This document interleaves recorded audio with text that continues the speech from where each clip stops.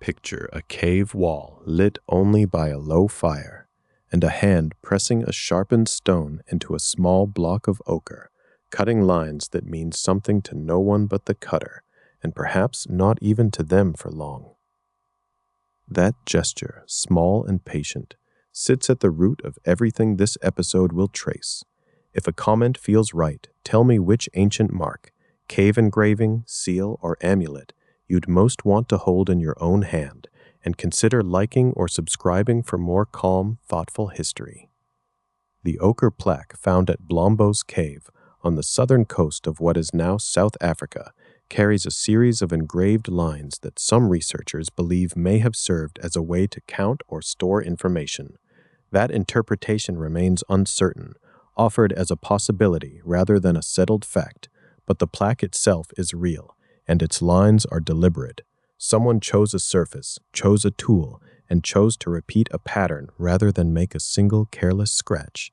Whatever the maker intended, the plaque shows a mind already treating a flat surface as something that could hold more than itself, a small object asked to carry meaning past the moment of its making. That habit did not stay confined to caves. Thousands of years later, in the river valleys of Mesopotamia, people began carving tiny cylinders of stone with reversed images so that when rolled across wet clay, they left behind a right-reading impression. These cylinder seals appear in the archaeological record by around 3300 BC, and their use spread widely across the region. A seal could mark a jar of grain as belonging to a particular household. It could close a storeroom door with a lump of sealed clay, so that anyone breaking it would leave clear evidence of tampering. It could stand in for a person's name on a document, functioning much like a signature does today, verifying a transaction without the signer needing to be present. And beyond these practical uses, seals often carried images of gods, animals, or mythic scenes so that a single small object could combine ownership, authority, and belief in one rolled impression. It's worth pausing on what these seals were not. They were not messages aimed at strangers across time, and certainly not at unknown future readers.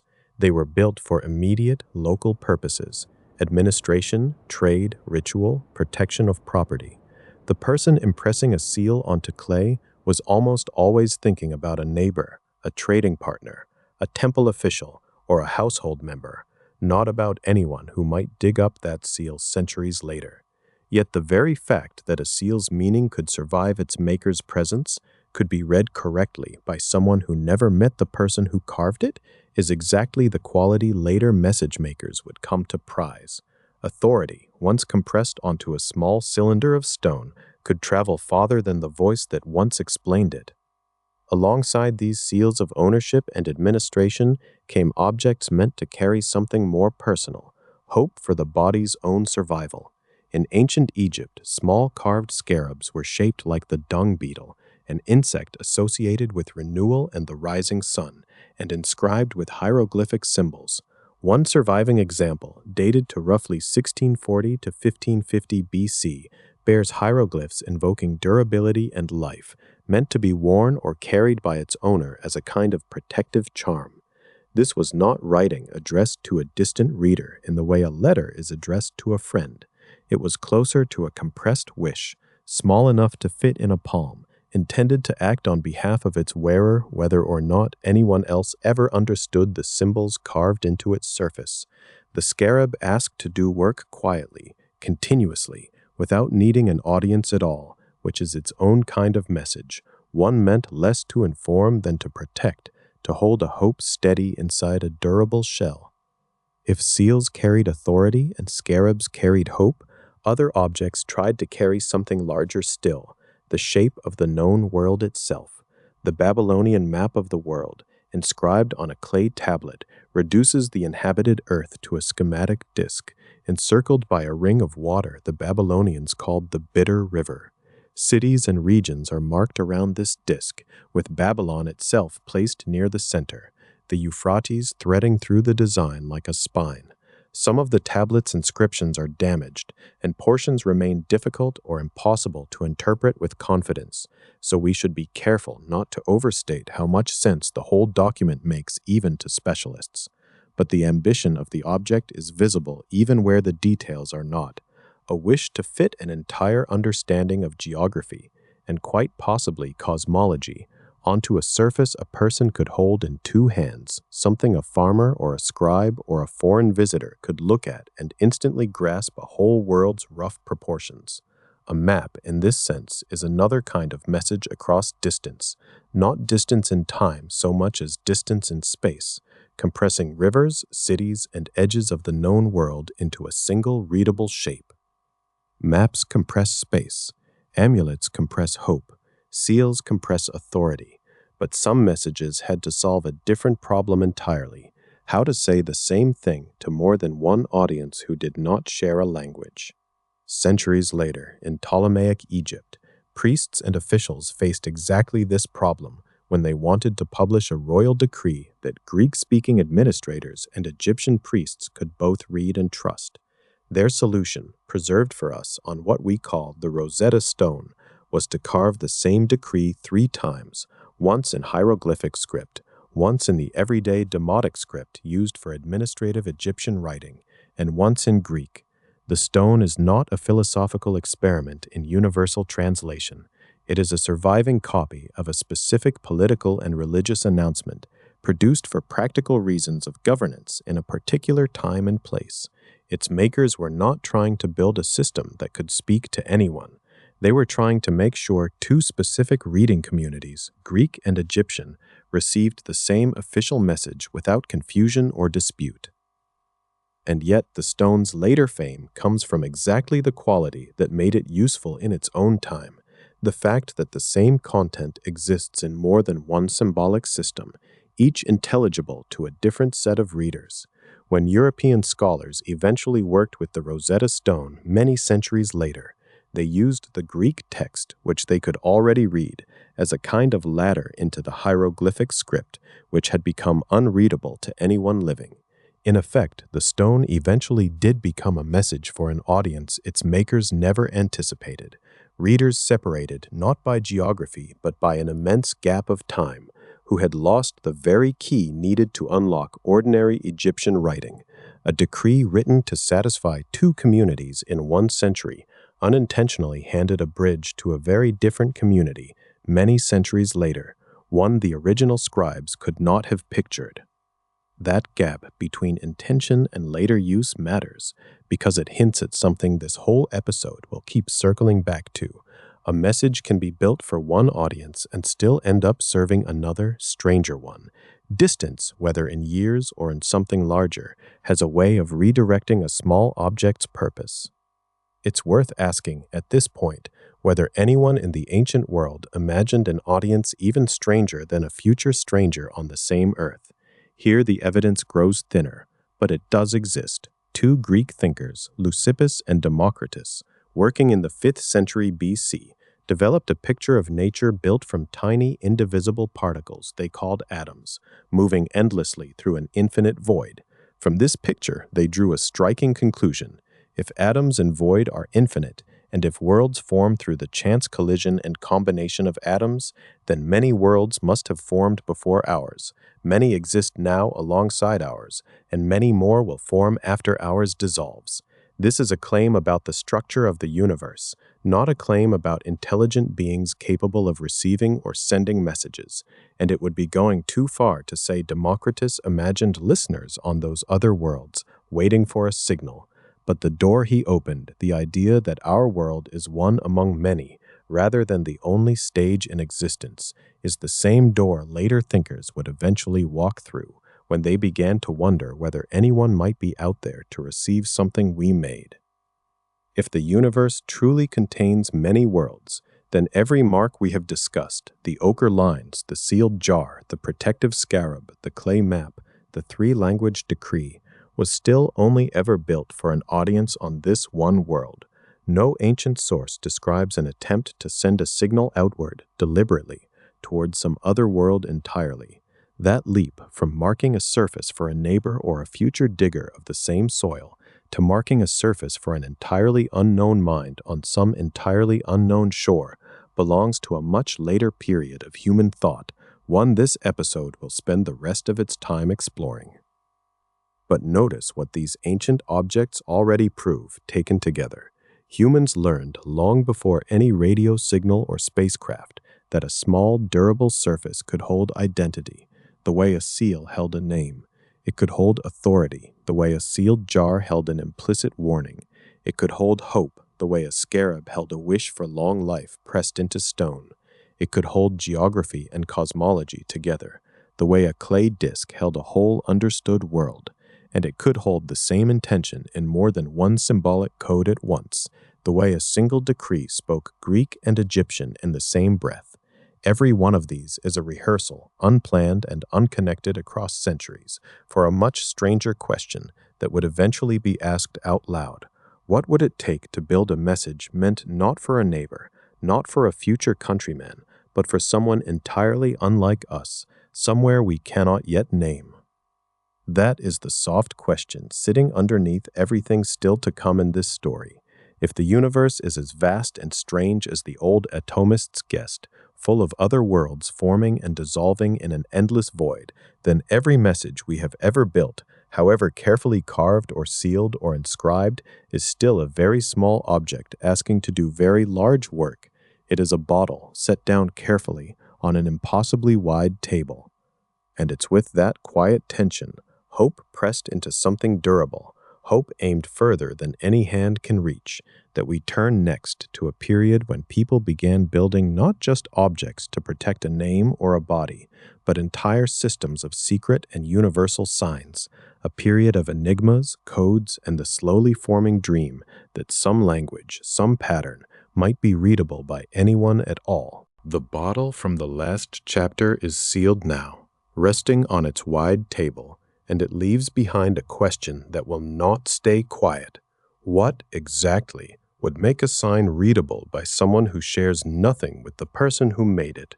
No shared tongue, no shared sky, maybe no shared body.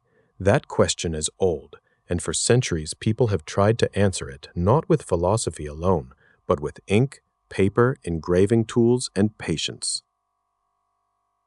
Consider the simplest form the problem takes. Two scholars who cannot speak the same words but still want to trade something true. Across many periods, tradition remembers people building private alphabets, ciphers meant to hide meaning from strangers while still preserving it perfectly for a chosen reader. The details of any single cipher maker are often uncertain, blurred by retelling, but the impulse is not. Make a symbol that can be copied exactly, so that meaning survives the copying. That impulse depended on tools most of us barely notice. A ruler drawn against paper produces a line that is the same length every time it is measured. A woodblock, once cut, prints the same shape 1,000 times over, indifferent to the mood or handwriting of whoever pulls the press. Engraved plates hold a design in metal so that ink can find the same grooves again and again, letter after identical letter.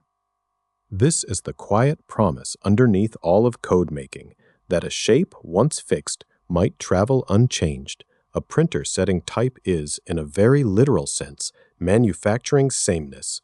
Every letter cast from the same mold, every broadside pulled from the same plate carries the same message to 100 readers who will never meet each other or the printer. It is worth sitting with that mechanical fact for a moment, because it is easy to romanticize codes and forget the plain labor behind them. Ink pools slightly at the edge of a carved letter if the block is not cleaned properly. A ruler slips half a degree if the hand holding it trembles. Precision, in these centuries, was won by hand over and over, not assumed. Out of that labor came something larger than any single cipher, a hope that pictures, numbers, and proportion might succeed where words failed. A diagram of the solar system, drawn to scale, does not need translating the way a sentence does. A number written as a numeral looks the same whether it is read aloud in one language or another. Diagram drawers and instrument makers leaned on this difference constantly. It is in this spirit that stories are told, more legend than documented history, and worth naming as such, of Renaissance and Enlightenment thinkers imagining correspondence with beings who were not fellow Europeans, not fellow humans at all, but inhabitants of the moon or of some other distant world. These stories circulated in printed pamphlets and learned speculation, retold across generations, their details often exaggerated with each retelling. Whether any particular scholar actually devised a specific lunar alphabet or drew a specific diagram meant for eyes beyond Earth is not something we can confirm from careful sources alone. What is certain is the recurring shape of the fantasy. If language is what divides us, maybe geometry, number, or picture is what could unite us, here or anywhere else. That fantasy did not disappear with the printing press. It kept finding new containers. Each new medium seemed, to the people using it, to promise a fresh kind of clarity. A woodcut could carry an image across a continent without a single spoken word. An engraved plate could preserve a technical drawing more faithfully than a hand-copied manuscript ever could. A printed chart could align stars, tides, or letters into a single readable order. Notation itself became a quiet form of universal ambition. Musical notation let a melody move from one country to another without needing translation, only training. Mathematical notation let an equation mean the same thing to a reader in one century as to a reader in the next, provided both had learned the same small set of marks. These were not messages meant for other worlds, but they carried the same underlying wish: build a symbol simple enough and consistent enough that anyone with the right patience could learn to read it. Where the record becomes more solid and where we can actually stand on documented ground is a little later than the Renaissance dreamers and a little more modest in its cosmic ambitions. By the turn of the 20th century, a very different kind of universal project was already well underway, not among astronomers gazing at distant worlds, but among editors gazing at the whole of human knowledge and trying to fit it onto a shelf. Where the record becomes more solid and where we can actually stand on ground is a chorus a-gazing and a meticulous Seippelt philometer. By the turn of the 20th century, a Vauban Mantibut a lengthy history and travel, all inside one set of covers. 2 years later came a Psychepeia explicitly calling itself a work of universal knowledge, organized so that any reader on any subject might find an answer without needing a specialist beside them. Around the same years, other publishers issued their own versions of the same ambition.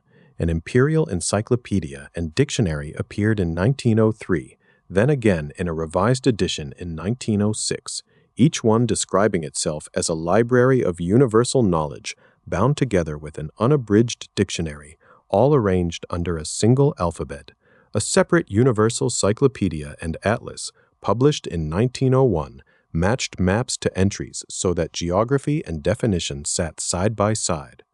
These were not single-author dreams scribbled in a notebook.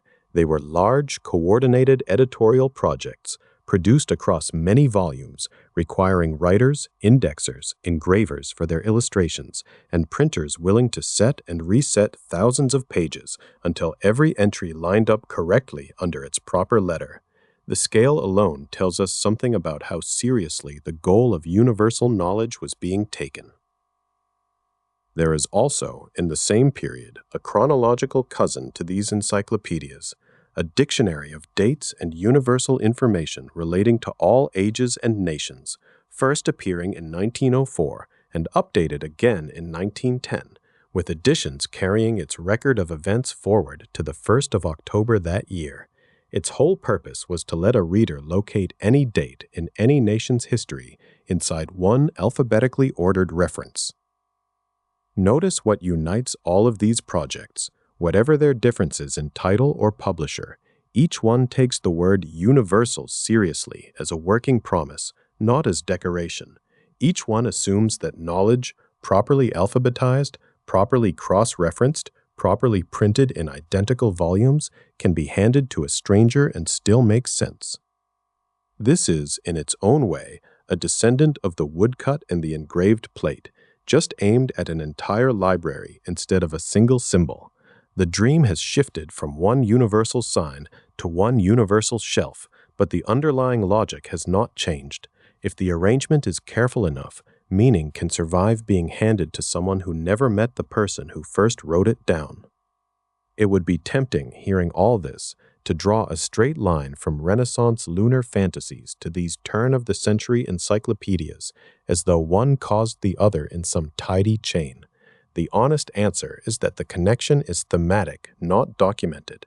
What we actually have evidence for is the encyclopedia tradition itself, dated, titled, printed, describable book by book.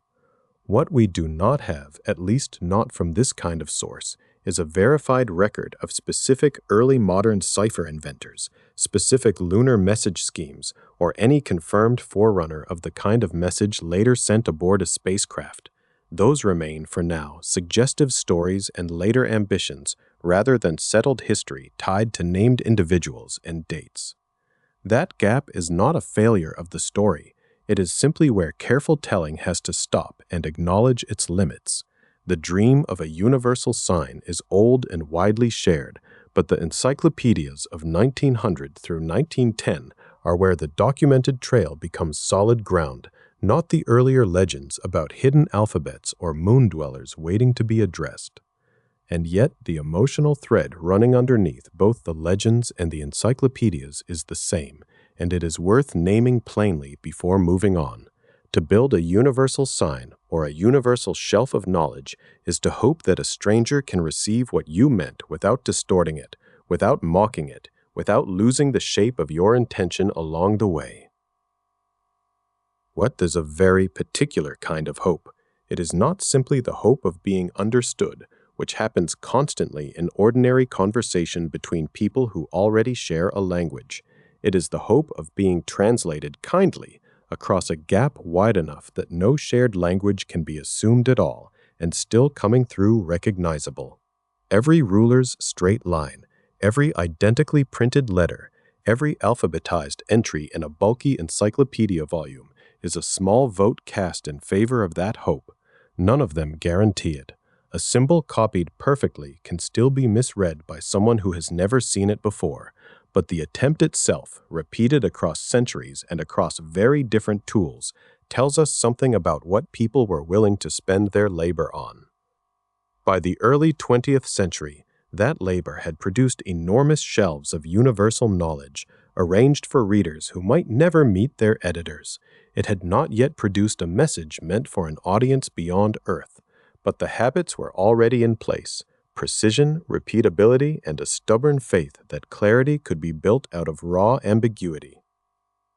Soon those habits would turn outward again, this time toward the sky itself, as observers armed with new instruments and new confidence began treating the stars less as distant lights and more as a possible audience, and started asking in their own careful, technical way whether anyone up there might be listening back. By the middle of the 19th century, a new question had settled into laboratories and lecture halls.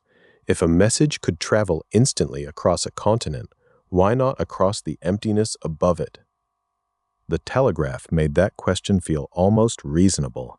Before it, distant communication depended on relayed visual signals, fires on hilltops, flags on towers, each link limited by weather and eyesight. The telegraph replaced all of that with coded electrical pulses traveling through wire, faster than any rider or lamp could manage. A message, this technology proved, was not a fixed shape. It could be broken into small units, sent as pattern rather than picture, and reassembled correctly at the far end. That idea, meaning reduced to controlled signal, would matter enormously once people began imagining audiences beyond the Earth. The public did not have to take this transformation on faith. It was staged for them. At the 1876 Centennial Exposition in Philadelphia, Alexander Graham Bell demonstrated his experimental telephone inside a vast hall devoted to machinery and industrial progress. Visitors walked among steam engines and printing presses, then heard a voice arrive through a wire. The exposition turned invisible electrical processes into something a crowd could witness directly, and that spectacle shaped how people afterward pictured signals moving unseen through space. The quadrimillation had trained the imagination to treat distance as a solvable engineering problem. A further step appeared, at least on paper. Extend the method to the planets. A modern historical survey identifies the second half of the 19th century as a period when interplanetary telegraphy was proposed repeatedly, always drawing on the same terrestrial precedent, that meaning could ride on coded pulses across long distances. The clearest example comes from France in 1869, when Charles Cross published a detailed study proposing communication with Mars and Venus using concentrated beams of electric light. He treated the problem as an engineer might, asking not whether contact was possible in principle, but what apparatus and method would make it detectable at all. The Cross understood the central danger immediately. A steady beam of light, however bright, could easily be mistaken for a natural glow, a reflection, some artifact of atmosphere or instrument. So he insisted the light must be broken into deliberate interruptions, a signal built from timed absence as much as timed presence, so that pattern itself would announce intention. He also proposed beginning with something almost painfully modest, a system of numbers. Establish counting first, he argued, since numerical sequences are the least ambiguous thing one mind can offer another, before attempting anything as complicated as pictures or words. Cross imagined the whole endeavor as a two-way observing program, not a single transmission into blankness. Observers on Earth would send a patterned beam toward a chosen planet, then turn their instruments back toward it and watch for a similarly patterned light returning. Sending and listening were, for him, one unbroken act, each dependent on the other for meaning. The Catalogny Smoosman Cross's proposal actually was. The record describes a theoretical study, meant to provoke scientific discussion, not a device that was ever built or tested. Cross invited engineers and astronomers to treat the idea as a design problem. Nothing suggests his mirrors or lamps were assembled and aimed at the sky. Other stories from this period circulate with far less solid footing.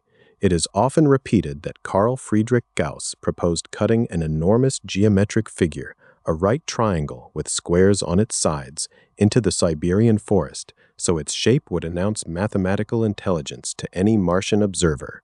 A related story credits the astronomer Joseph Johann von Littrow with proposing burning trenches filled with oil across the Sahara, arranged in patterns visible from space. Both deserve to be told, but told honestly, as attractive legends with uncertain documentary foundations rather than settled fact. What matters is not whether each mirror or trench existed, but that so many capable minds found the idea worth imagining. Britain contributed its own entry to this literature, quieter and more mathematical in tone. In 1896, Francis Galton published an article titled Intelligible Signals Between Neighboring Stars in the Fortnightly Review, a serious periodical read by an educated public, not a specialist circle alone. Its existence confirms that by the late Victorian period, signaling across astronomical distances had become a subject fit for respectable scientific and literary conversation, not merely eccentric speculation. The precise technical content of Galton's proposed method is harder to state with confidence without close study of the original text, but the title alone marks how far the idea had traveled into mainstream discussion. All of these light and mirror schemes, real or legendary, shared one unstated assumption, that whoever might see the signal already possessed eyes, instruments, and reasoning much like our own. Nothing tested that assumption more publicly than the man who claimed he had already found evidence of exactly such minds, not through calculation, but through nightly observation. Percival Lowell began systematically observing Mars from his private observatory at Flagstaff in 1894, using long nights and a fine refracting telescope to study the planet at its closest approaches to Earth. What he drew, again and again, were straight, faint lines crossing the Martian disk, and he concluded that these were canals, engineered waterways built by an intelligent species to move water from polar ice toward a drying equator. Lowell did not keep this conclusion inside observatory logs. He wrote books, delivered public lectures, and argued that Mars showed the signature of purposeful, coordinated labor, evidence not of geology, but of civilization responding to planetary crisis. Newspapers seized on the idea, and for a wide audience, distant Mars stopped feeling merely poetic and started feeling occupied. Professional astronomers were far less convinced. Many who examined Mars through equally capable instruments failed to see Lowell's precise linear network, and they questioned whether faint, shifting features at the edge of visibility could support so specific an engineering claim.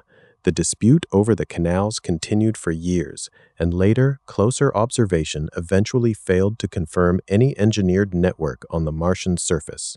Even so, the disagreement itself mattered. Lowell had reframed an old daydream, "Are we alone?" as an empirical claim that observatories could test night after night through drawing, comparison, and argument. Whether or not the canals were real, the question of Martian intelligence now belonged to telescopes and journals, not folklore. Notice what changed and what stayed the same in this 19th century mood. The old wonder about companions among the stars had not vanished, but it had been given tools. Cables that carried pulses across oceans, lamps that could be timed and interrupted, telescopes fine enough to record disputed lines. Cross and Galton were, in effect, treating cosmic silence as a signal problem, subject to the same discipline as any earthbound telegraph line. Every one of these schemes ran hard into the same difficulty. A beam of light bright enough to interrupt meaningfully across tens of millions of miles was almost impossible to build with 19th century sources. A geometric trench in Siberia or the Sahara would blur into daylight through any distant telescope, and even Lowell's careful drawings might simply be the eye supplying order where none existed.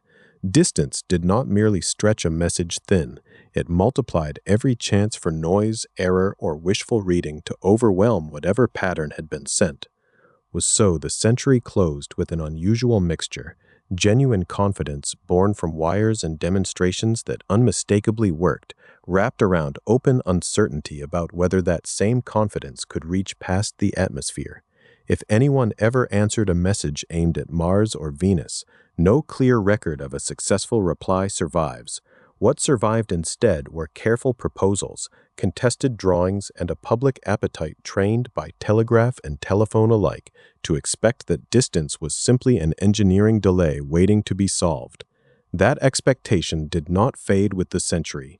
It changed instruments, moving from mirrors and trenches towards something better suited to crossing genuine emptiness: radio, a technology about to give the old dream of interplanetary contact its first deliberate, engineered voice. Radio did not begin as a language.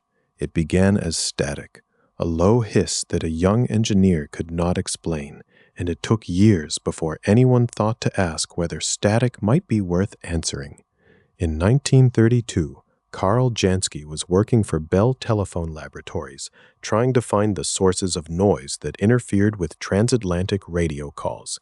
He built a rotating antenna, nicknamed for its motion, and pointed it at the sky in careful, patient sweeps. Most of the static came from thunderstorms, easy enough to trace, but one faint hiss returned every 23 hours and 56 minutes, the length of a sidereal day, not a solar one. That timing meant the source was not tied to the sun, but to the distant stars themselves. Jansky eventually traced it to the direction of the constellation Sagittarius, toward the center of the Milky Way. He had not been hunting for anything cosmic. He had been hunting for the cause of unwanted noise. What he found instead was a wholly new kind of light, invisible to the eye, arriving from the galaxy's core, and with that discovery, radio astronomy quietly began. For years afterward, this new field grew slowly, staffed by a small number of engineers and physicists who treated the sky as a source of signal to be measured, mapped, and understood. The instruments were unglamorous: coils, vacuum tubes, chart recorders that scratched out faint traces the width of a hair. But the underlying lesson was significant. The universe was not silent. It was simply speaking in a band of the spectrum human eyes had never been built to hear. In 1932, at the same time, in laboratories that had little to do with astronomy, engineers were learning to send and receive radio waves with increasing precision for entirely earthly reasons. Broadcasting stations pushed voices and music into homes across whole nations. Wartime research pushed radar into practical use, bouncing pulses off aircraft and ships to reveal their position in the dark. None of this was designed with the stars in mind, but it demonstrated again and again that the electromagnetic spectrum could carry structured, intentional information across enormous distances, cheaply, quickly, and repeatably. That demonstration would matter later, though almost no one framing it that way at the time. By the post-war years, the tools of radio astronomy had matured considerably. Larger dishes, quieter receivers, and a growing community of scientists made it possible to detect far fainter signals than Jansky's early antenna ever could. Radio astronomy became a serious discipline, mapping hydrogen clouds, pulsars not yet named, and the structure of the galaxy in ever finer detail. And once astronomers had the tools to detect faint natural signals from across the galaxy, a different, quieter question began to surface in conversation. If nature could be this loud in radio, could intelligence be loud there too? That question found its clearest early statement in 1959, when physicists Giuseppe Cocconi and Philip Morrison published a short paper in the journal Nature titled "Searching for Interstellar Communications." Their argument was simple and carefully bounded. Radio waves travel at the speed of light, are cheap to generate, and pass largely unobstructed through interstellar gas and dust. If another civilization wanted to be found, radio was the obvious channel to use. Cocconi and Morrison proposed the 21-centimeter wavelength, the natural emission line of neutral hydrogen, as a plausible meeting point, reasoning that any technically advanced species observing the cosmos would already know this frequency well, since it is fundamental to the chemistry of the universe itself and would likely be studied by any radio astronomers, wherever they lived. All remarkably, an American radio astronomer named Frank Drake was already thinking along similar lines, independent of that publication, and moved quickly from thought experiment to instrument. In 1960, using the 85-foot Tatel telescope at the National Radio Astronomy Observatory in Green Bank, West Virginia, Drake pointed the dish at two nearby sun-like stars, Tau Ceti and Epsilon Eridani. He called the effort Project Ozma, after the fictional princess of a distant, hidden land in the Oz stories, a small joke about listening for a hidden kingdom. Drake and his colleagues tuned to the hydrogen line, the same frequency Cocconi and Morrison had proposed, and listened for anything that resembled a structured, artificial pattern rather than natural noise. They heard nothing they could call a signal, but the important shift had already happened. Listening for other civilizations was no longer a subject for magazine speculation. It was now an experiment, with a chosen frequency, a chosen instrument, a fixed observing time, and a published null result. That failure, if it should even be called that, did not discourage the field. It clarified it. Researchers began refining what listening should mean, which frequencies were least cluttered by natural noise, how long you needed to observe a given star, how sensitive a receiver needed to be to catch a deliberate signal rather than dismiss it as cosmic static. Radio astronomy and the search for extraterrestrial intelligence, soon abbreviated as SETI, began to grow up together, sharing instruments, sharing personnel, and slowly sharing legitimacy within mainstream science. At the same time, some researchers turned the question around and asked what Earth itself might look like from the outside. If distant civilizations might build radio telescopes and listen for artificial patterns, then perhaps Earth had already been broadcasting for decades without anyone intending to. By the 1970s, NASA-supported researchers were explicitly treating human radio, television, and radar transmissions as potential technological signatures, features that a distant observer might recognize as unmistakably artificial. Ordinary broadcasting, high-powered military radar, none of it built to reach the stars, had nonetheless been leaking outward in every direction since the earliest days of radio and television, an inadvertent announcement no one had voted on or drafted, simply the byproduct of building a modern, electrified civilization. This idea of accidental visibility sat uneasily alongside the deliberate search efforts. On one hand, scientists were carefully designing instruments to detect faint intentional signals from other worlds. On the other, it was becoming clear that Earth had likely already been announcing itself for decades, loudly, carelessly, and without any agreed message at all. The two facts, taken together, sharpened an old puzzle. If both listening and leaking were technologically almost inevitable outcomes of industrial civilization, and the galaxy is old and enormous, why did the sky remain quiet?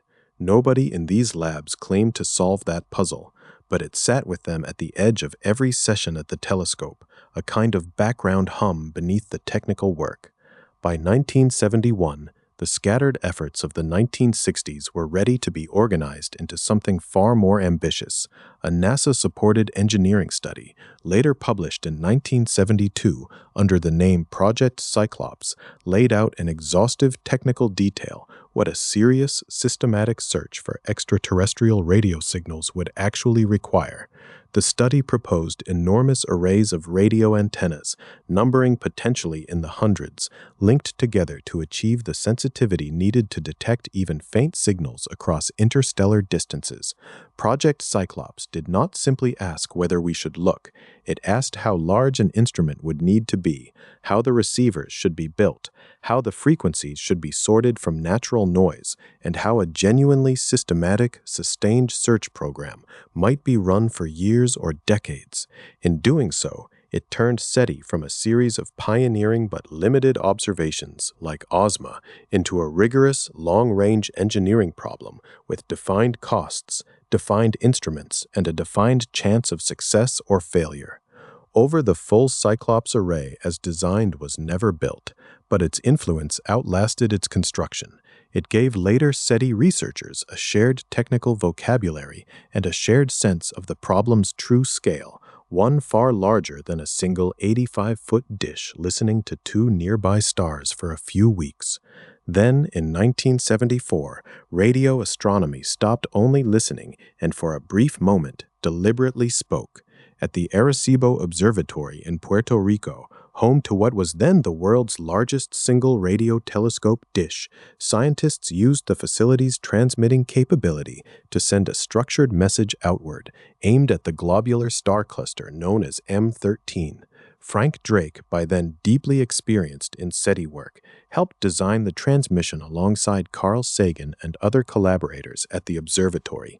The message consisted of 1,679 binary digits, a number deliberately chosen because it is the product of two prime numbers, 63 and 23, meaning any recipient attempting to decode it could reconstruct its intended grid shape from the factoring alone. Arranged correctly, those digits formed a crude picture, the numbers 1 through 10, the atomic numbers of elements central to life on Earth, the chemical formulas of DNA's components, a simplified figure of a human being, a diagram of the solar system, and a rough sketch of the Arecibo telescope itself. The entire transmission lasted under 3 minutes.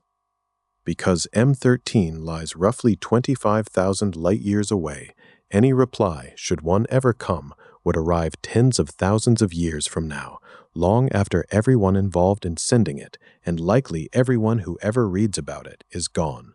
The message was less a practical attempt at conversation and more a demonstration, a proof that humanity now possessed both the technical means and, evidently, some appetite to speak outward on purpose, rather than merely leak signals by accident or listen quietly for others.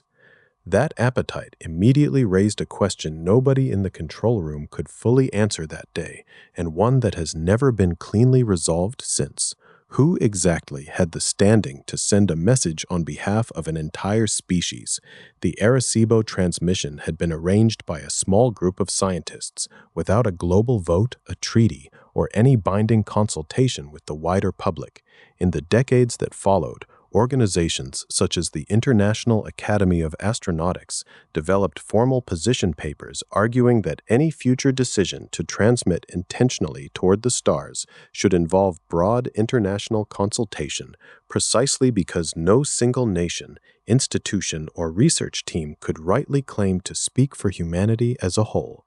Those guidelines described a hoped-for norm, not an enforceable law, and the tension they named was never fully closed.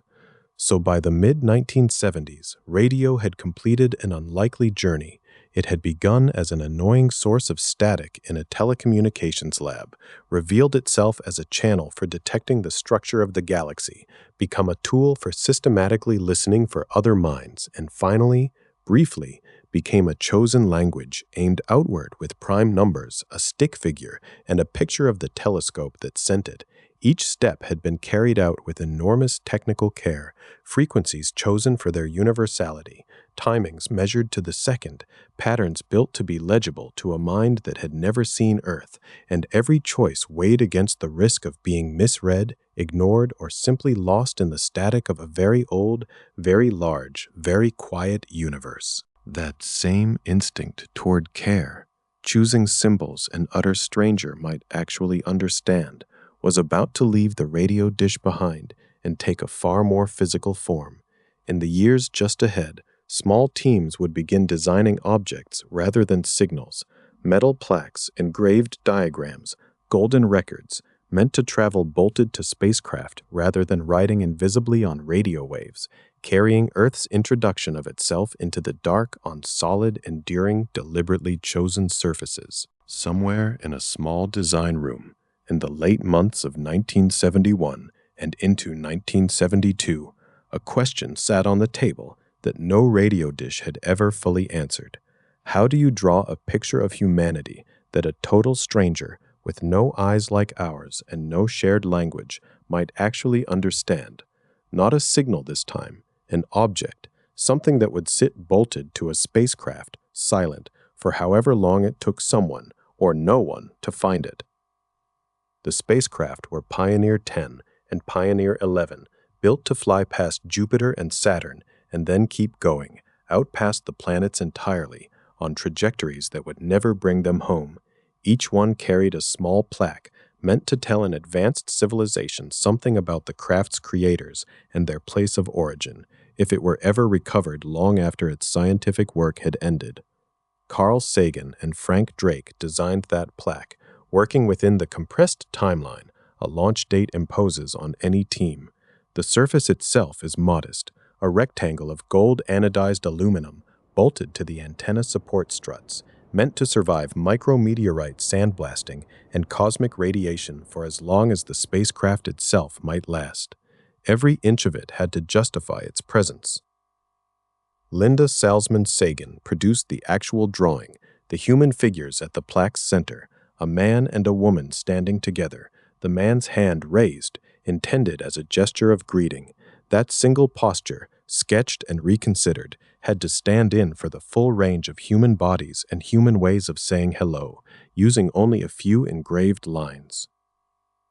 Behind the figures, the plaque shows the spacecraft itself in silhouette, drawn to the same scale as the humans, so a viewer could work out approximate human height by comparing the two shapes. It is a small, almost humble kind of arithmetic. Know the size of the ship, and the figures beside it start to give up their own dimensions. Locating that ship, and by extension the humans who launched it, called for something more precise than an image. Sagan and Drake turned to pulsars, the rapidly spinning neutron stars identified only a few years earlier, whose radio pulses arrive with such steady, mechanical timing that they behave like clocks visible from nearly anywhere in the galaxy.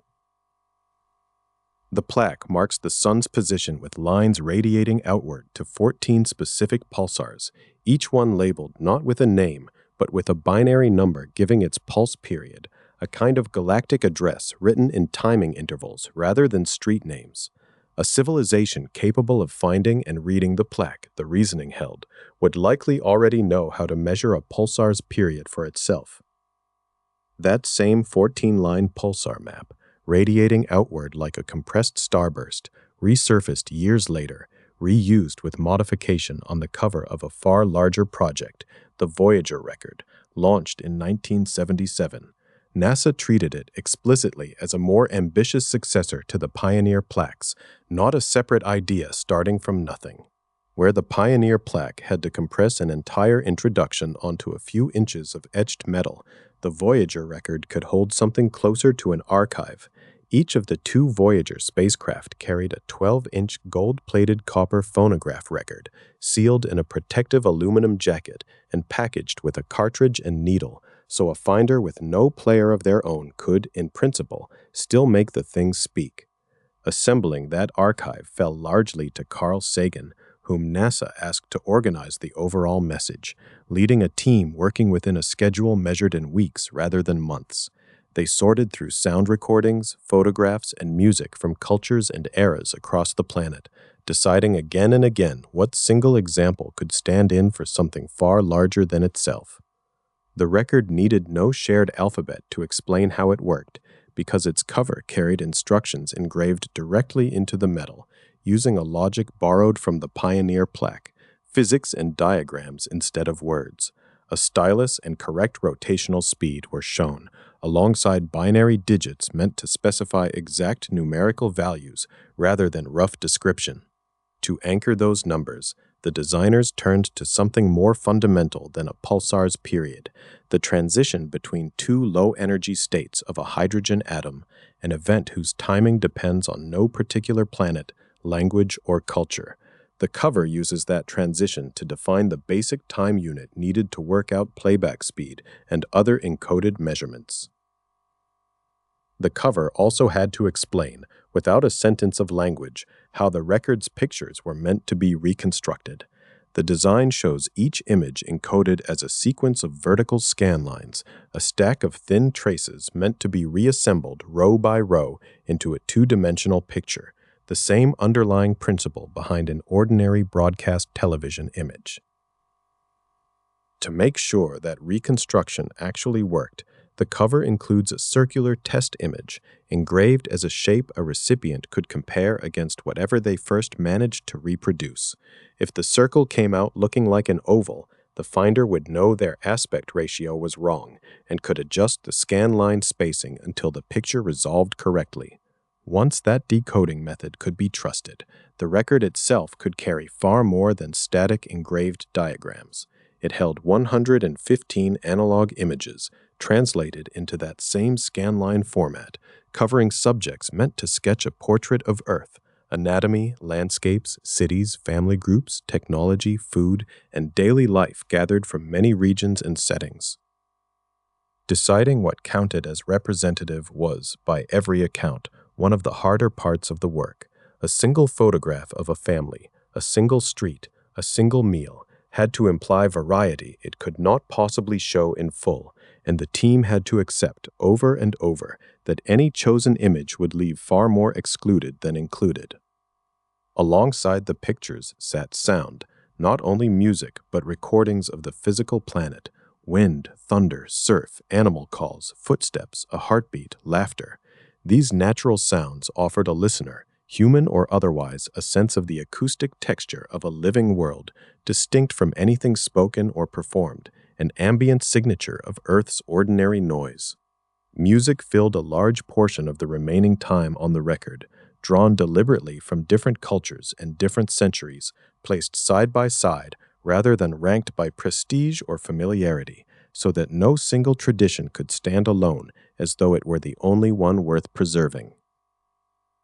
Then came language itself, arranged not as a single careful lesson, but as a chorus. The record includes spoken greetings in 55 languages, brief statements offered one after another, alongside printed messages contributed by President Jimmy Carter and United Nations Secretary-General Kurt Waldheim, formal words meant to speak for the sending nation and the wider human community. Organizing that greeting section fell to Linda Salzman-Sagan, working within the same tight, weeks-long schedule, gathering short statements from as many different languages as could reasonably be reached, rather than settling on one or two languages accompanied by a careful translation key. Organizing that choice, by the team's own account, was deliberate. A smaller set of languages, paired with a systematic decoding method, might in theory have been easier for an unfamiliar listener to eventually work through. The team chose breadth instead, favoring representation of human variety over any guarantee that the words themselves would ever be understood. It is worth sitting with that trade honestly. Nothing about the record's diagrams, its scan lines, its pulsar map, or its human figures was ever tested against an actual non-human audience. Every choice rested on an informed hope about what a technologically capable stranger might be able to reconstruct, not on any confirmed proof that they could. The record was never meant to be statistically representative in a strict sense either. It could not include every language spoken on Earth, every family structure, every landscape, every musical tradition, or every political condition. It was selective by necessity, an act of generous compression rather than a census, and the people who built it seem to have known that plainly. Still, the physical craftsmanship behind the object carries its own kind of seriousness. A gold-plated copper disc, engraved grooves holding both sound and image data, sealed against decades or centuries of exposure, accompanied by its own needle, so that no separate technology would be strictly necessary just to begin extracting what it held. There is something almost tender in that redundancy, instructions engraved onto the same surface that carries the subject of the instructions, a needle riding along in its own small compartment, waiting for hands that may never come, or may come only after everything that built the record has changed beyond recognition.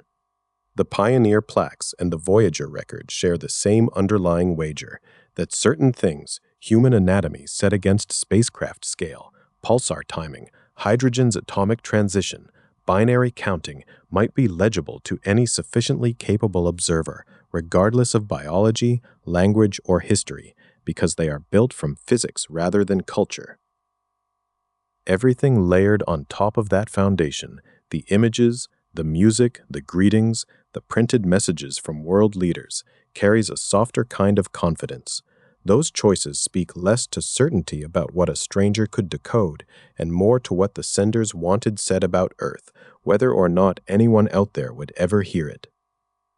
That tension between the parts built for pure legibility and the parts built for honest self-portraiture did not resolve quietly. It surfaced in the design meetings themselves as the same small teams argued over a harder, more uncomfortable question. Once you decide what a stranger might understand, you still have to decide what you actually want them to know. Once you decide what a stranger might understand, you still have to decide what you actually want them to know. That second question turned out to be harder than the first, and it outlasted the plaques and the golden records by decades. It moved from design tables into committee rooms, where the argument was no longer only about symbols, but about whether to send anything at all. The people who took up this question after Voyager were not simply divided into optimists and worriers. Some had spent careers listening for signals and had never imagined actively sending one. Others believed that listening without transmitting was a kind of permanent shyness, one no civilization could sustain forever. Both groups eventually met in the same conference halls, with the same overhead projectors and the same paper agendas. The International Academy of Astronautics gave this disagreement its clearest shape. Its members drew a careful line between ordinary SETI listening, which simply receives whatever arrives, and deliberate transmission, sent either to answer a civilization already detected or to attract the attention of one not yet found. That distinction mattered because it separated two very different kinds of responsibility. Listening, the Academy noted, commits no one to anything beyond a telescope's own budget and patience. Transmitting is different. It sends something outward that cannot be recalled, on behalf of a species that never voted on its wording, its target, or its timing. The Academy's position paper framed transmission as a political and philosophical decision, not merely a technical one. It asked whether humanity should send a message at all, what that message should contain, whether Earth should speak with one unified voice or many separate ones, and, most persistently, who actually held the authority to decide. Once Yuanaz Yeni mentioned, no existing body, the paper acknowledged, could claim that authority cleanly. There was no world government, no single academy empowered to speak for every nation, language, and belief on Earth. Yet transmission was technically possible, and some observatories already owned equipment capable of attempting one. To manage that gap, the Academy proposed principles rather than laws, international consultation before any transmission, broad participation from scientific and cultural communities rather than only those controlling a transmitter, a message shaped through an international process and its contents disclosed publicly before being sent. No message in this vision would leave Earth as a private decision dressed in humanity's name. These principles carried no enforcement mechanism. They asked for consultation. They could not compel it. A well-funded team with access to a large dish could, in principle, ignore every recommendation and transmit regardless, leaving the Academy able only to voice formal disapproval afterward. That vulnerability sat at the center of a more cautious argument made in a statement hosted through UC Berkeley's SETI at Home project. Its authors did not claim transmission was catastrophic. They claimed something more modest, and in its way more persuasive, that the consequences of a strong, deliberate signal were unknown, and unknown consequences affecting an entire species should not rest on the judgment of one lab or individual. Their argument rested on a specific technical point.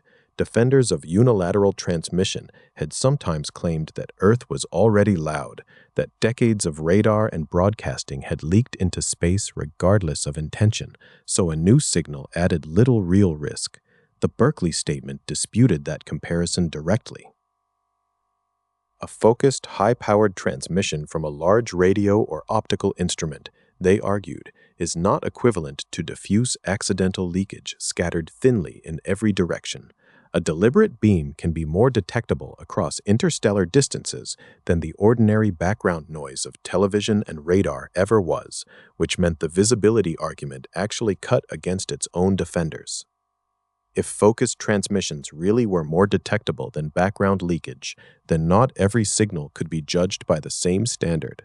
Treating all transmissions as equally risky or equally harmless ignored how specific engineering choices, power, duration, direction, changed what a signal revealed and how far it might travel.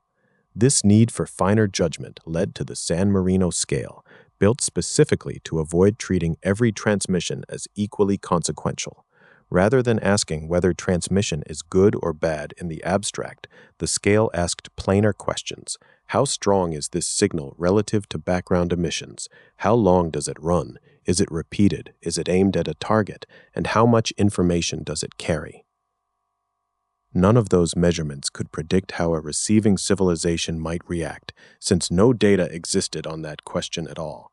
What the scale offered instead was a shared vocabulary, letting two observatories describing two different transmissions compare them honestly, rather than arguing past each other on instinct alone. Not every serious voice counseled caution. MET International's own strategic planning documents made the opposing case directly, arguing that a sustained, information-rich signal could serve as a genuine test of contact, worth attempting even if Earth's leakage had already, in principle, reached someone nearby. Their reasoning followed a simple asymmetry.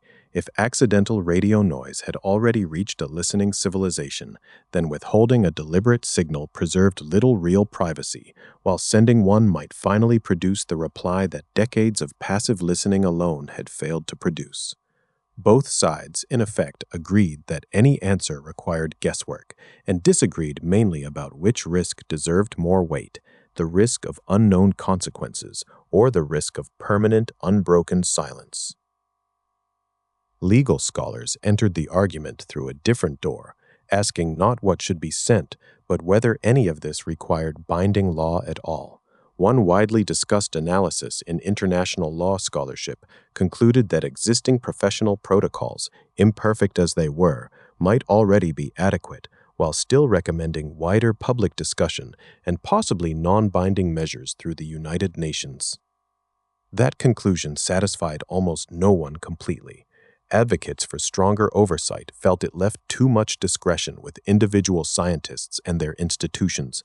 Advocates for open experimentation felt it invited exactly the kind of procedural delay that made any timely attempt at contact practically impossible.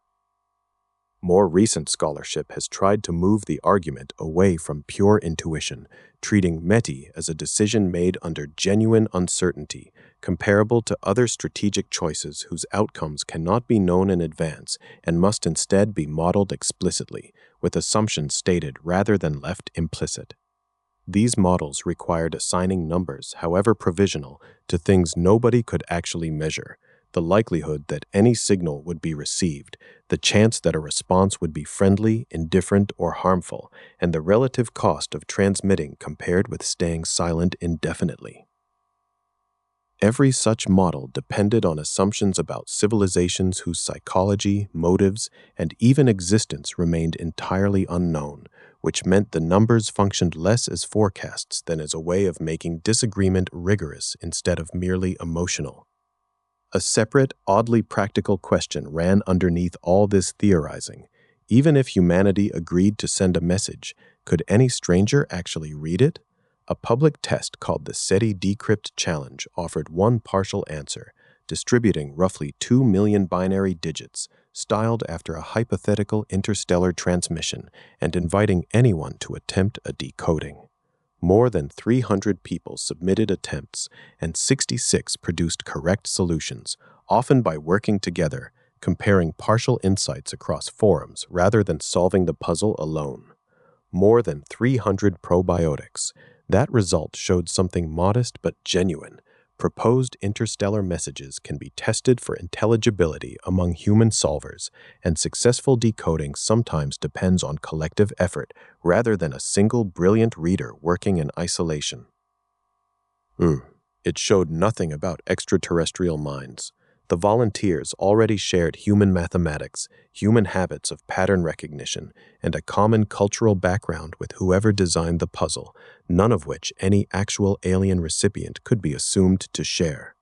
Underneath every practical argument about scales, statutes, and probability models sat a quieter question that rarely appeared explicitly in any committee minutes. When a species addresses an audience it cannot see and may never meet, is it truly trying to make contact, or is it reassuring itself through the act of speaking that it is not entirely alone in so large a universe? No transcript records anyone answering that question outright. It surfaces instead in the choices themselves, in which qualities of Earth get included and which get quietly left out, in how much confidence a message projects about who might be listening, and in how carefully its authors avoid admitting that they cannot know. Every message design, then, carries a hidden moral shape, built from omissions as much as from content. Leave out too much, and the message risks meaning nothing to a stranger. Include too much, and it risks claiming a confidence about the universe that no one sending it has actually earned.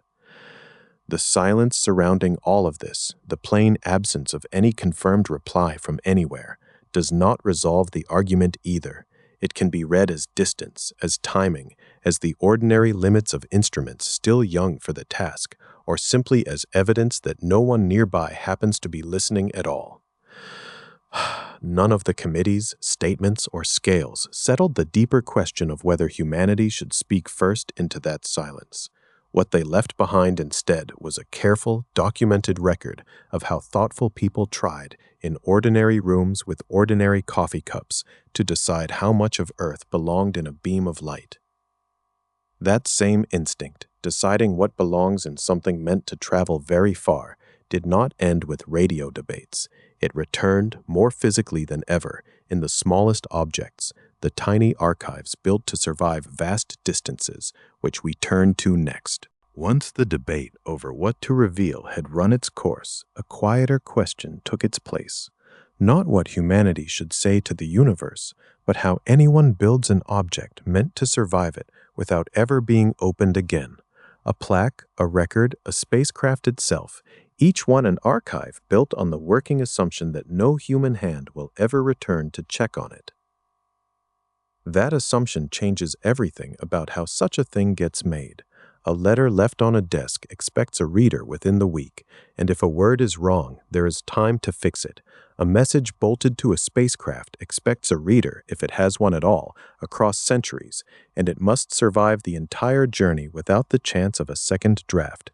The engineers who built the Pioneer plaque and the Voyager record, described earlier in this series, were not writing letters home. They were sealing suitcases for a trip with no scheduled return and no address to write back to. Every choice about what went into that suitcase competed against weight, because weight is never free on a spacecraft. Each gram of engraved metal, each spool of wire, each extra ounce of casing costs fuel and reshapes the trajectory the engineers can afford. Nothing aboard those early messages made it aboard casually. The binary notation, the pulsar map, the images and recorded sounds already discussed in this series earned their place only after being weighed, quite literally, against everything else the mission needed to carry into the dark. Material choices followed that same logic, stretched out over time instead of mass. Paper tears, ink fades, and adhesives fail long before a journey of centuries could ever be finished. That is part of why the Voyager team leaned on etched lines and durable plating rather than anything closer to a printed page or a painted surface. A groove cut into metal does not depend on chemistry holding steady in a vacuum for generations. It depends on nothing more than the metal itself staying whole, undisturbed, and cold.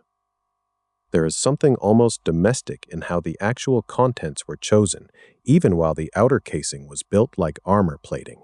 Selecting a song, a photograph, a greeting spoken in a particular language meant treating Earth the way a traveler treats a suitcase before a very long trip.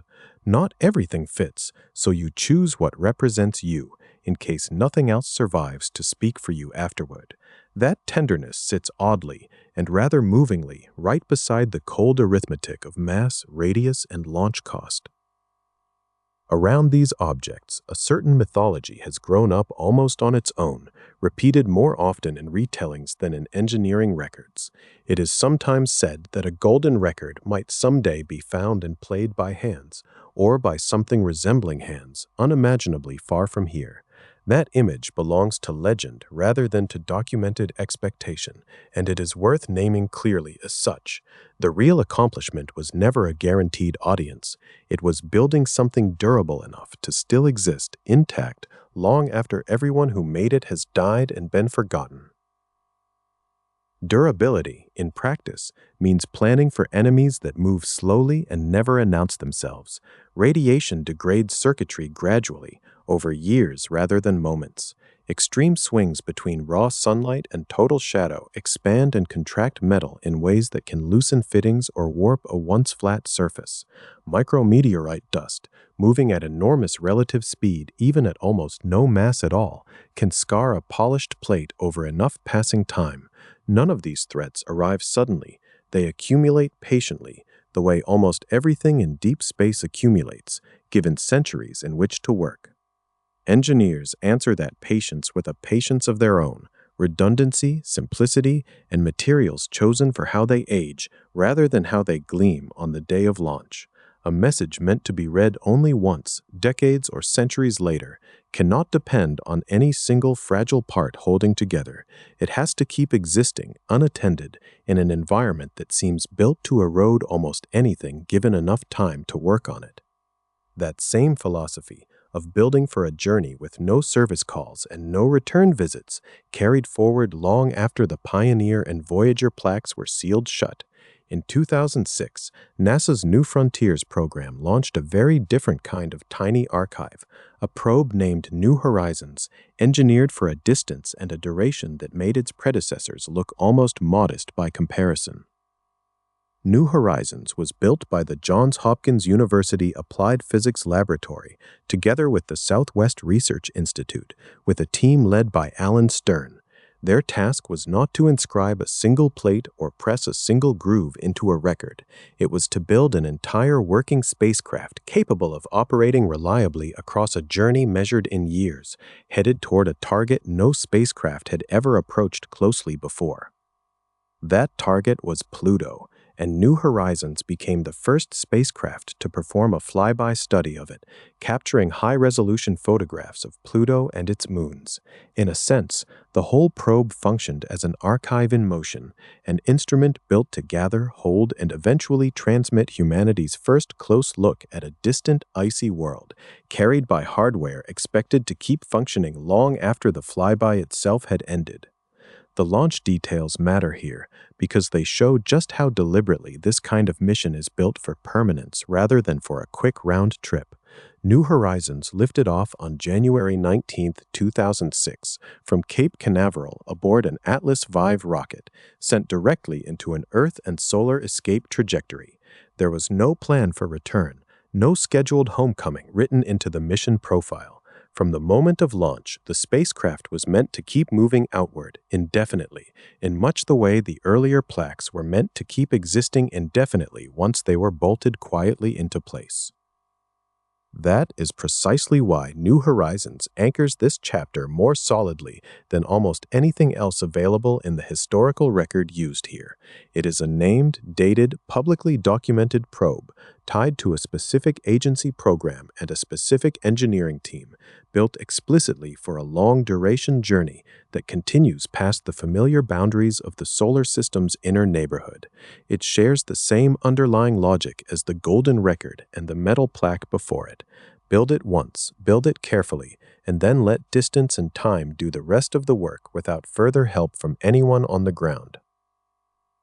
Public retellings sometimes add further detail to spacecraft like this one, describing small personal items or private mementos said to travel alongside the instruments, tucked in among the wiring and the shielding where no camera can confirm them. Those stories circulate widely enough to be worth mentioning here, but they belong to the surrounding mythology of space travel rather than to the documented engineering record itself. They deserve to be held a little more loosely than the launch date, the rocket, or the flyby results, which are well established and specific. What is documented, plainly, is already enough to make the point this chapter is built around. A spacecraft like New Horizons is not only a scientific instrument gathering data on command, it is also, by design, a small, durable object launched outward with no plan for retrieval, carrying information about a place humans had never seen up close, built to survive a journey longer than most careers, and released into a trajectory that simply assumes it will keep going. That is the same posture found in every plaque, record, and etched plate discussed earlier in this series. Careful attention paid to grooves and margins and encodings, followed by a kind of deliberate release, a decision to stop protecting the object with your own two hands and trust it instead to distance, vacuum, and time, fragile in nearly every technical sense and stubborn in the one sense that matters most. These small archives keep existing long after the reasons for building them have faded quietly into history behind them. It is worth picturing one of them centuries from now, still intact, still silent, drifting past whatever happens to lie nearby in that particular stretch of dark, a postcard in effect, resting somewhere no postcard was ever expected to travel, addressed to no one in particular and everyone at once. And it's with that image, an archive built for an audience that may never arrive, that the story turns naturally to what happened back here on Earth once the launches were finished, to the long, patient work of listening, waiting, and living with a question that no one has yet been able to answer for certain. By the time the golden record and its companion plaques had left human hands, the question that opened this whole history had not gone away. It had only changed shape. What does it mean to wait for an answer you may never live to hear? Voyager 1 crossed into interstellar space in 2012. Voyager 2 followed in 2018. Both spacecraft passed beyond the heliosphere, the wide bubble of solar wind the sun blows outward around itself, and both kept transmitting home even as they left it.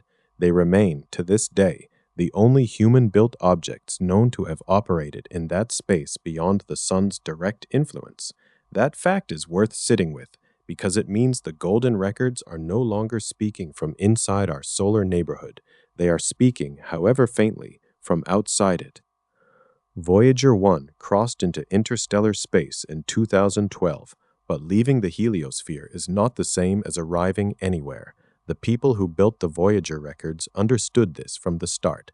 Current estimates suggest the spacecraft are not expected to pass near another planetary system for roughly 40,000 years. That number is not a countdown so much as a unit of geological patience, longer than the whole span of recorded human writing, longer than agriculture, longer than most of what we call history. Voyager 1 crossed into interstellar space even after that stretch of drifting. A close pass would not guarantee discovery. Something would have to notice a small, slow, radio-quiet object crossing an unimaginably large volume of space, then choose to intercept it, open it, and work out how to play it. That requires a spacefaring civilization capable of searching for something as dark and small as a coasting probe. The record was built for legibility, never for convenience. So the first fact to hold on to in this last stretch of the story is a strange kind of success. The message left, it is still leaving, and it will keep leaving for tens of thousands of years, carrying its diagrams and recorded sounds through a silence that has, so far, given no sign of noticing. While the spacecraft themselves have simply kept coasting outward, the scientific picture of what might be out there to notice them has changed enormously. When Voyager launched, no planet had yet been confirmed orbiting another sun-like star. That would not happen until the 1990s. Since then, the search for other worlds has become one of astronomy's most productive branches, and the numbers have grown almost too fast to summarize. In September of 2025, NASA's official tally of confirmed exoplanets reached 6,000 planets around other stars, cataloged with enough certainty to be counted rather than merely suspected. That milestone arrived roughly 3 decades after the first confirmed exoplanet around a sun-like star, meaning the entire modern era of exoplanet science fits inside a single working astronomer's career. Those 6,000 worlds were not found all at once and not by one team or one telescope. They were added steadily through observations made by researchers in many countries using many instruments, cross-checking one another's results before anything was allowed to count as confirmed. Behind that number sits a much larger pool of candidates, planets glimpsed but not yet verified, still waiting for the follow-up needed to be added or set aside. Voyager 2 followed in 2018. Both spacecraft passed beyond was allowed to count as confirmed as confirmed. This matters for the story of message-making because it changes what the sky even means as a listener. In the era of the golden record, the design teams were sending an introduction of Earth into a mostly unmapped darkness, guessing that other planets probably existed somewhere without being able to point to many directly. Now there is an actual growing map, thousands of specific addresses, real coordinates for real planets circling real stars within reach of Earth's instruments. That map has not, so far, told us anyone lives at any of those addresses. Most of the 6,000 confirmed planets were detected through the way they interact with their stars, a slight dimming as a planet passes in front of its sun, or a gentle wobble in a star's motion caused by an orbiting body's gravity. That is enough to establish that a planet exists and estimate its size and orbit. It is nowhere near enough to say whether it holds an atmosphere, oceans, life, or technology. So exoplanet science has done something specific and important. It has taken a once abstract question, are there other worlds, and turned it into a concrete, expanding catalog. It has not yet turned that catalog into an answer about company. The silence has gained detail without losing depth. Alongside the search for planets, a related search has grown for signs that any of those planets might host something built rather than merely grown. Researchers call this a technosignature, any detectable trace of technology, as distinct from a biosignature, a trace of biology more broadly. This search has widened well beyond the radio dishes that once defined the whole effort. Modern proposals include listening for narrow, artificial-seeming radio transmissions, as earlier searches always have. They also include watching for pulses of laser light, which could serve as a directed beacon, much like radio, and studying the chemistry of distant atmospheres for gases that seem out of place without some industrial or artificial process producing them. Some researchers have proposed looking for unusual heat patterns that might indicate large engineered structures absorbing or radiating energy in ways natural bodies do not. None of these methods work alone. Each covers a narrow slice of what a distant technology might do, and each requires its own instrument, its own patience, its own careful argument about what would count as a real detection rather than a natural coincidence. Together, they amount to a widened vocabulary for the search, more ways of asking the same old question in more directions at once. This widened approach has also become more institutionally settled than it once was. In 2018, NASA convened a workshop devoted specifically to technosignatures, gathering researchers to discuss what such signs might look like and how existing tools might help find them. In the years since, some technosignature proposals have been accepted into NASA's broader research programs, a modest but telling shift, moving this kind of search from the margins of astronomy toward its funded center. Listening itself has also become closer to routine practice than a single dramatic experiment. The Allen Telescope Array at Hat Creek in Northern California was built specifically to conduct SETI research, meaning that scanning the sky for possible signals is not an occasional side project there. It is the array's ordinary, standing purpose, built into its design from the start. The Breakthrough Listen initiative extended that scale further. Its stated ambitions include radio and optical observations covering roughly 1 million stars near our own sun, along with the plane and center of the Milky Way and about 100 nearby galaxies beyond our own. That is an extraordinary breadth of coverage, spanning individual stars, whole galactic regions, and other galaxies entirely, folded into one coordinated search. Before either of those newer programs, there was Project Phoenix, an earlier SETI effort that examined roughly 800 star systems within about 200 light-years of Earth, scanning radio frequencies across a wide band, roughly between 1200 and 3000 megahertz. It ran for years, carefully, star system by star system. Project Phoenix did not find a confirmed extraterrestrial signal. Neither has the Allen Telescope Array. Neither has Breakthrough Listen in the years it has operated so far. Neither has any other cited program to date. That absence deserves to be stated plainly, without softening, because it is the honest center of where this history currently stands. But an absence of detection is not the same as an absence of anyone to detect. Researchers in this field are careful, almost insistently careful, about what a non-detection actually proves. Failing to find a signal in a given survey tells you only that the specific stars examined, the specific frequencies scanned, the specific window of time observed, and the specific sensitivity available did not register a transmission of that particular kind.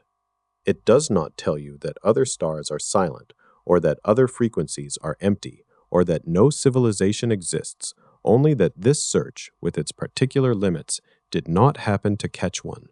The full search space, considering every star, every frequency, every possible signal type and moment of transmission, is so vast that even decades of diligent listening cover only a narrow sliver of it.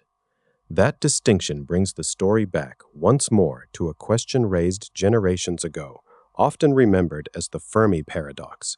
If the universe is old and vast enough to contain many possible civilizations, why has no clear evidence of one reached us yet?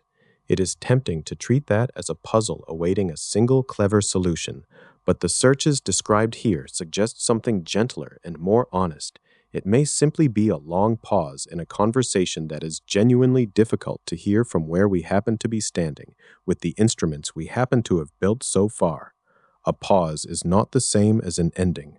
Radio SETI has scanned a small fraction of possible frequencies across a small fraction of nearby stars. Optical and technosignature searches are younger still, many organized only within the last several years. Exoplanet science itself is only 3 decades deep into confirming worlds it once could only imagine. Measured against the age of the stars, all of this listening amounts to barely a few attentive moments. And yet the making has never actually stopped, even without an answer. Telegraphers once tried to raise Mars. Engineers etched pulsar maps onto metal plaques bolted to Pioneer. Later teams pressed voices, music, and images into golden discs for Voyager, then argued for years over what a deliberate radio transmission ought to say and who had standing to send it. Each effort assumed no guarantee of a listener, and each was made anyway. That pattern suggests something worth carrying forward, even without proof that anyone else exists to receive any of it. Building a message forces a species to ask itself in concrete terms what is actually worth saying about who we are, not in the abstract, but specifically, which sounds, images, numbers, and shared references seem most likely to mean something to a stranger. Answering that, even provisionally, becomes a way of taking stock of ourselves in the present, not only for whoever might eventually receive it. So perhaps the value of these objects and signals was never only about being found. Designing a greeting for an unknown recipient requires deciding, out loud, in committee rooms and design studios and observatories, what belongs in an introduction of Earth.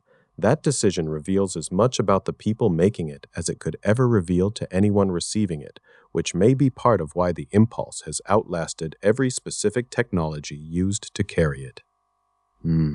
It helps, maybe, to picture this plainly, the way you might picture a person on an ordinary evening, someone sitting outside as the light fades, glancing up at a sky already turning from blue toward the color that comes just before full dark. Somewhere nearby, a radio hums quietly, tuned to nothing in particular.